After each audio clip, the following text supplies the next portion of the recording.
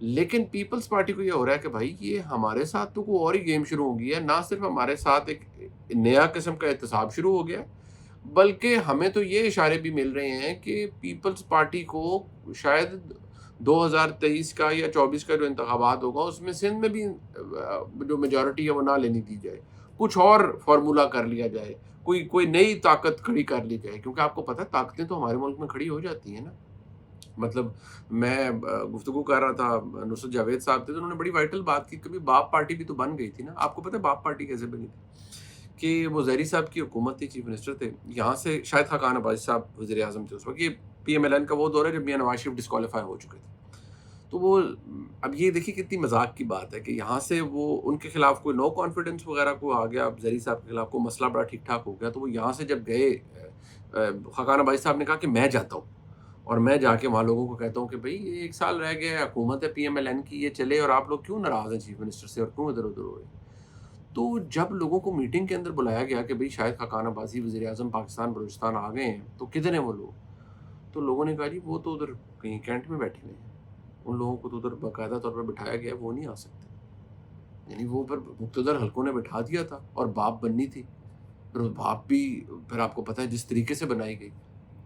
اب کہا جا رہا ہے کہ جی شاید باپ 2 بھی بن جائے گی کسی سٹیج کے اوپر، کیونکہ یہ تجربے تو آپ کو پتہ ہے ہم چھوڑیں گے نہیں نا، ہم نے تو یہ کرتے رہنے. تو جب تجربے کرتے رہیں گے تو پھر ان کے نتائج بھی آتے رہیں گے، پھر تجربے ہوں گے، پھر پروجیکٹس ہوں گے، پھر پروجیکٹ فیل ہوں گے، پھر پروجیکٹ بیک فائر کریں گے، پھر ہمیں احساس ہوگا او یہاں غلطی ہوگی، چلیں آپ کوئی نئی چیز ٹرائی کرتے ہیں. یہ ہماری تو جو نوعیت ہے، اپروچ یا جو ہماری ہے وہ تو بدلے گی نہیں، تو ہم تو ایسے ہی چلتے رہیں گے. اب سلسلہ یہ ہے کہ پیپلز پارٹی کو یہ پرابلم ہے اور یہ ایک جینون پرابلم ہے. ہاں، زرداری صاحب کو کیا فرق نظر آ رہا ہے؟ زرداری صاحب کو یہ پتا ہے کہ بھائی اگر اسٹیبلشمنٹ سے اتنا کھلم کھلا جا کے آپ نے مخالفتیں شروع کر دی تو آپ کے اس کے نزدیکی فائدے سے زیادہ دور آگے آنے تک نقصانات ہوں گے. اس لیے انہوں نے جو بیان ابھی دیا ہے وہ بالکل مختلف ہے اس بیان سے جو کہ بلاول صاحب نے دیا ہے. نہیں تو زرداری صاحب بھی آپ کو پتا ہے جب ہارڈ ہٹنگ باتیں کرنی ہو تو وہ بھی کر جاتے ہیں. وہ لاہور وہ میاں نواز شریف کو شیخ مجیب تک کا خطاب انہوں نے دے دیا اور پتہ نہیں کیا کیا باتیں اور وہ کر دیں اور ناسور کہہ دیا اور پتہ نہیں کیا کیا کہہ دیا. تو آپ کا خیال ہے یہ اب نہیں زرداری صاحب کہہ سکتے تھے؟ بالکل کہہ سکتے تھے، لیکن انہوں نے اسی لیے نہیں کہا کہ بھئی ابھی وہ کوئی مارجن رکھ رہے ہیں کہ اتنی جلدی تلخی نہ آئے اور اسٹیبلشمنٹ کے بھی بالکل پیپلز پارٹی رانگ سائڈ پر نہ جائے. کیونکہ یاد رہے کہ پیپلز پارٹی جب جنرل راحیل شریف صاحب چیف آف آرمی اسٹاف تھے، میاں نواز شریف کی حکومت تھی، پیپلز پارٹی کی بے شک حکومت تھی سندھ کے اندر، لیکن پیپلز پارٹی کو بڑا رگڑا لگا. پھر یہ اومنی کیسز اور یہ جو انور مجید صاحب اور یہ سارے معاملات ہو گئے، جو انصار صاحب اس وقت انٹیریئر منسٹر تھے، یہ سارے سلسلے شروع ہو گئے. زرداری صاحب نے ایک تقریر کی اینٹ سے اینٹ بجا دی بجانے والی. اس تقریر کا میں آپ کو بتاؤں کہ وہ تقریر ہو گئی. زرداری صاحب نے جوش خطابت میں وہ کر دی، سخت باتیں تھیں کہ آپ تو 3 سال کے لیے آتے ہیں اور ہم نے یہیں رہنا ہے، اگر آپ نے ہماری کردار کشی کو کرنے کی کوشش کی تو ہم آپ کی اینٹ سے اینٹ بجا دیں گے. اب وہ اینٹ سے اینٹ بجا انہوں نے تو کہہ دیا. اگلے دن مجھے وہ راجہ پرویز اشرف صاحب، کیونکہ میرے گاؤں سے ان کا گاؤں تھوڑا دور ہے، تو راجہ پرویز اشرف صاحب نے جو پنڈی کا دفتر، اسلام آباد کا دفتر ہے پیپلز پارٹی کا، ایک دن چھوڑ کے وہاں اظہار یکجہتی کیا پاکستان کی فوج کے ساتھ اور پاکستانی پاک فوج زندہ باد کے نعرے لگوائے وہاں پر، اور ایک وہ تقریب سی بھی کو کہا جاتا ہے وہ کی گئی کور کرنے کے لیے کہ بھئی یہ کام خراب نہ ہو جائے.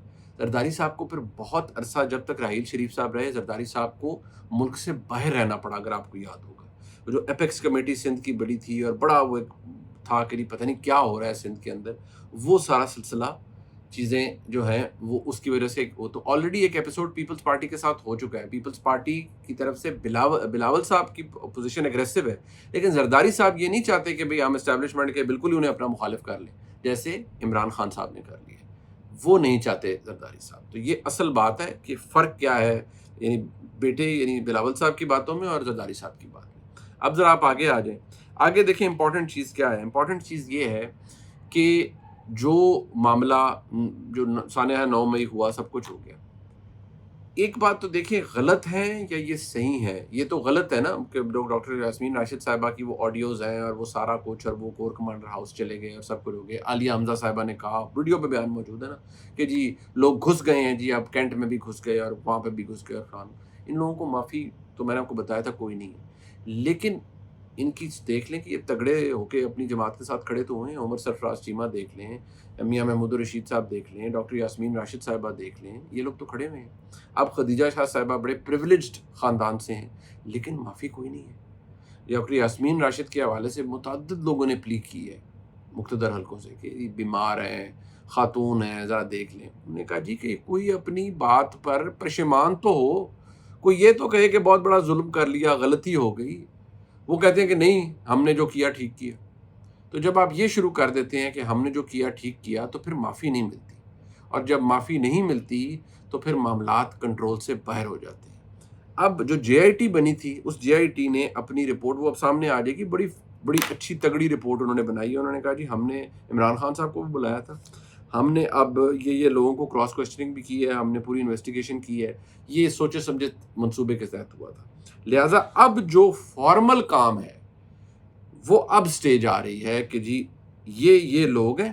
اب ہم بتایا جائے گا جی کہ کس کو آرمی ایکٹ کے تحت کیا جائے گا, کس کی تحویل فوج کو دے دی جائے گی, اور کس کا کیس جو ہے وہ اینٹی ٹیررسٹ کورٹ میں چلایا جائے گا. بڑی کلیئر بات ہے. اب وہ سٹیج آ گئی ہے کیونکہ جے آئی ٹی بنی اس لیے تھی کہ وہ اس چیز کو ڈٹرمن کرے, تو حوالگی جس کی کرنی ہوئی وہ پھر کر دی جائے گی. آگے چلتے ہیں. پاکستان تحریک انصاف نے چیلنج کر دیا ہے آفیشیل سیکرٹ ایکٹ اور پاکستان آرمی ایکٹ. آپ کو پتہ ہے صدر مملکت سے ایک ملاقات ہوئی تھی بڑے کچھ لوگوں کی, اور کہا جاتا ہے کہ وہ ملاقات ہوئی. صدر مملکت کو ٹھیک ٹھاک ہیٹ محسوس ہوئی ہے اس چیز کی جو انہوں نے ٹویٹ کی. اب ان پہ زور ایک اور ڈالا جا رہا ہے, وہ یہ کہ جی آپ آئینی طور پر آپ کے پاس اختیار ہے آرٹیکل 48(5) کے تحت, تو آپ ذرا مہربانی کریں, آپ نا الیکشن کی ڈیٹ اناؤنس کر دیں. یہ ان کو کلیئر انسٹرکشنز دی گئی ہیں پاکستان تحریک انصاف کی جانب سے, عمران خان کی جانب سے پہنچائی گئی ہیں کہ یہ کر دیں.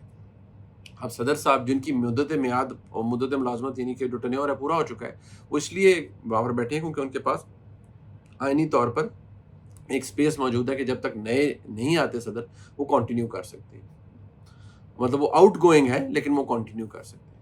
اب انہیں کہا جا رہا ہے کہ آپ یہ کر لیں. تو صدر صاحب کو بس یہ کہہ دیا گیا ہے کہ جی آپ نے جو کرنا تھا وہ ٹویٹ کر کے وہ تو آپ نے کر لیا, بٹ دا ورڈز آر, جو کہ بہت کسی جگہ کہ don't make us force you to leave, یعنی کہ ہمیں مجبور نہ کریں کہ ہم پھر آپ کو کہیں کہ جناب جائیے. اب آپ کا یہاں پر رہنے کا تک نہیں بنتا ہے کیونکہ آپ نے صدر کے عہدے کو آلریڈی مساق بنا دیا ہے. تو اگر صدر صاحب نے, ویسے یہاں پر تو ان کے پاس, میرے نزدیک تو ان کے پاس آئینی اختیار ہے, لیکن کیونکہ انہوں نے وہ آفیشیل سیکرٹ ایکٹ اور پاکستان آرمی ایکٹ کے اوپر جو کام کیا ہے اور جو معاملہ کنفیوژن پھیلائی اور وہ سب کچھ کیا, اس کی وجہ سے اتنے معاملات خراب ہو گئے ہیں کہ اب انہیں کہہ دیا گیا ہے کہ اگر آپ نے مزید اس قسم کا کوئی کام کیا then you will be force to leave. اور یہ کوئی انہونی بات نہیں ہے, ہمارے ملک میں ہو سکتا ہے. یہ سچویشن ہے. اب عمران خان صاحب نے چیلنج تو کروا دیا, لیکن بندیال صاحب جانے والے ہیں, اس کا کچھ ہوگا نہیں. وہ صرف یہ کہنا چاہ رہے ہیں, وہاں سپریم کورٹ میں اس لیے کہا گیا ہے, بھیجا گیا ہے کہ جی کیونکہ اس کو صدر نے مہر نہیں لگائی تھی, اس کے اوپر اس کو اسینٹ نہیں دی تھی, اور صدر یہ کہتے ہیں میں نے تو واپس بھجوا دیا تھا, جبکہ ان کا سٹاف کہتا ہے جی کہ وہ تو آپ کے چیمبر میں پڑی ہوئی تھی فائلیں, آپ نے تو واپس بھجوائی نہیں. وزارت قانون نے گزٹ نوٹیفیکیشن جاری کر دیا کہ جی صدر نے واپس بھیجا نہیں, وہاں پڑا رہا, وہ تو بن گیا, قانون بن گیا. انہوں نے سپریم کورٹ سے یہ فیصلہ لینا ہے پی ٹی آئی نے کہ نہیں جی یہ قانون جو ترامیم تھی یہ بن ہی نہیں سکا قانون, کیونکہ صدر نے اس کے اوپر نہ, یہ پارلیمنٹ کو واپس جانا تھا, صدر نے اس کے اوپر مہر نہیں لگائی تھی, لہٰذا یہ قانون بنا ہی نہیں. اور یہ جو حکومت نے گزٹ نوٹیفیکیشن کیا ہے کہ یہ ایکٹ بن چکا ہے, اس کو کالعدم قرار دیا جائے. ساری بات بیچ میں سے یہ ہے. لیکن جو اس وقت موڈ ہے پوری اسٹیبلشمنٹ کا, وہ ایک اور قسم کا کام شروع ہو گیا. جیسے ہم شروع میں آئے تھے, مطلب ہم نے سنا پچھلے دور میں باجوہ ڈاکٹرن, اب ایک نئی ڈاکٹرن ہے, وہ یہ ہے کہ فکس پاکستان ڈاکٹرن. وہ فکس پاکستان یہ ہے جی کہ بجلی چوروں کے پیچھے پڑ جائیں. یہ پہلے بھی ہوا تھا, ایک زمانہ تھا, I think it was 90s کے دور میں, فوج نہیں تھی لیکن اس وقت بھی فوج کو انوالو کیا گیا تھا بجلی چوری کو پکڑنے کے لیے. اب وہ سٹیج آ رہی ہے جہاں آہستہ آہستہ, اب یہ فی الحال سویلین کام کر رہے ہیں, لیکن جہاں ہارڈ کور ایریاز ہیں, جہاں زیرو کلیکشن ہوتی ہے بجلی کی, وہاں پر فوج کی خدمت پہ لی جائے گی. اور جو لوگ چوری کرتے ہیں, سب کچھ کرتے ہیں, ان کسی کو چھوڑا نہیں جائے گا. اسی طرح یہ ڈالر والے کام کے اوپر پیٹ رہے ہیں ایکسچینج کمپنیوں والے کہ یار اتنی سختی کر دی گئی ہے, اتنے کیونکہ ڈالر اسمگل ہو رہا تھا. تو ابھی تو وہ کام شروع ہو گیا کہ جی فکس پاکستان. یہ پاکستان کو کتنا فکس کرتا ہے کتنا نہیں کرتا, اور یہ اسی ڈسپنسیشن کے تحت ہوتا ہے یا انتخابات ہوتے ہیں. ابھی تو ہمیں تو یہ پتہ لگ رہا ہے, اور ابھی تک تو یہ ہے کہ جی میاں نواز شریف آئیں گے اور انتخابات ہو جائیں گے, اور in all probability P M L N ہی انتخاب جیتے گی, جو حالات لگ رہے ہیں, جس طرح کا موڈ ہے, چاہے وہ مقتدر حلقوں کا دیکھ لیں چاہے زمینی حقائق دیکھ لیں. لیکن پلاننگ تو پھر ہم صرف دنیاوی طور پر دیکھ سکتے ہیں نا, وہ تو غیب کا علم تو صرف اللہ کو پتہ ہے کہ کیا ہے. یہ ساری صورتحال ہے جس کی وجہ سے جو میں نے آپ کے سامنے رکھا کہ پیپلز مسلم لیگ نون کو پرابلم نہیں ہے, باقی سب کو پرابلم ہے. اس لیے باقی سب کو پرابلم یہ ہے. بلاول صاحب کو یہ ہے کہ بھئی یہ تو کام وہی شروع ہو گیا کہ عمران خان کو لائے تھے تو آپ پی ایم ایل این کو لا رہے ہیں, تو پیپلز پارٹی کدھر گئی؟ پی ایم ایل این کہتی ہے نہیں جی ہم نے ساری ماریں کھائی, ہم جیلوں میں گئے, ہم نے سب کچھ کیا, آپ نے کیا دیکھا؟ آپ تو حکومت میں بیٹھ رہے, سندھ کی حکومت آپ انجوائے کر رہے ہیں, سب کچھ تو ہم سے لیا گیا, تو ہمارا باری ہے, ہم نے کرنا, ہم واپس آئیں گے. ساری لڑائی اس بات کی. اس ولاگ کو لائک سبسکرائب شیئر کیجیے گا. بہت شکریہ.